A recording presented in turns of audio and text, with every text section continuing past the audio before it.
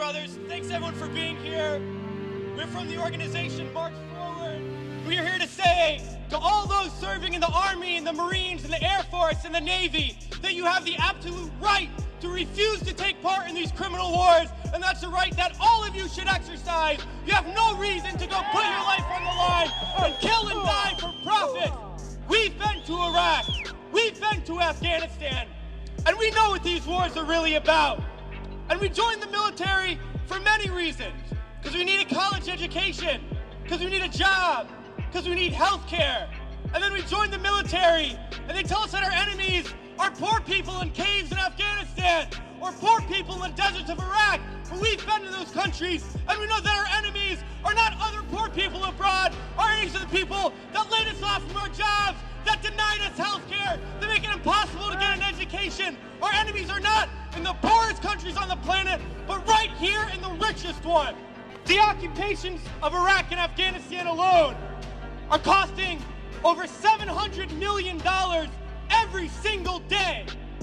This is a crime every single day, while so many of us are hurting. Well, I think all of us here and the vast majority of people in this country would agree that we can spend $700 million a day better than bombing people that we have no reason to bomb. We can spend $700 million a day rebuilding those countries we've destroyed. We can spend $700 million a day caring for the veterans we get home when they get home, and then we can spend $700 million a day giving every single person health care, a college education, a job, and a livelihood, and a home. That's what we need to be spending our money on. But this government is not going to do that. They're not going to use the money in that way. They're not going to end the wars. And they're not going to do it because it's not our government. It's their government. It's a government of the rich.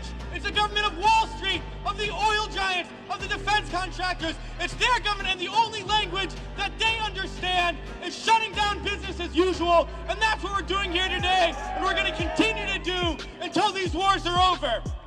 It's crystal clear now that these wars are going to continue and expand and go into other countries. That is the trend. That is what we know, that there is perpetual war, and it's only going to stop if the people stand up and stop it. And that's what we're going to do, sisters and brothers.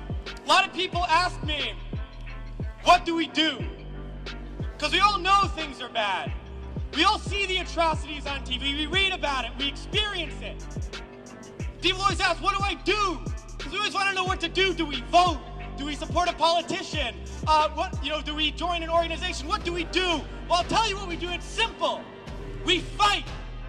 We fight, and we fight, and we fight, and we shut down our workplaces. We shut down our schools. We shut down the streets. We shut down business as usual, and we fight until we force the people in there to do what the people out here want. Because that's how we're going to get around, and we're going to fight until there's not one more bomb drop, not one more bullet fired, not one more soldier coming home in a wheelchair, not one more family slaughtered, not one more day of U.S. imperialism. So let's fight to make that happen. We can do it today, and in the days ahead, we have to fight to end these wars and create a better world, sisters and brothers.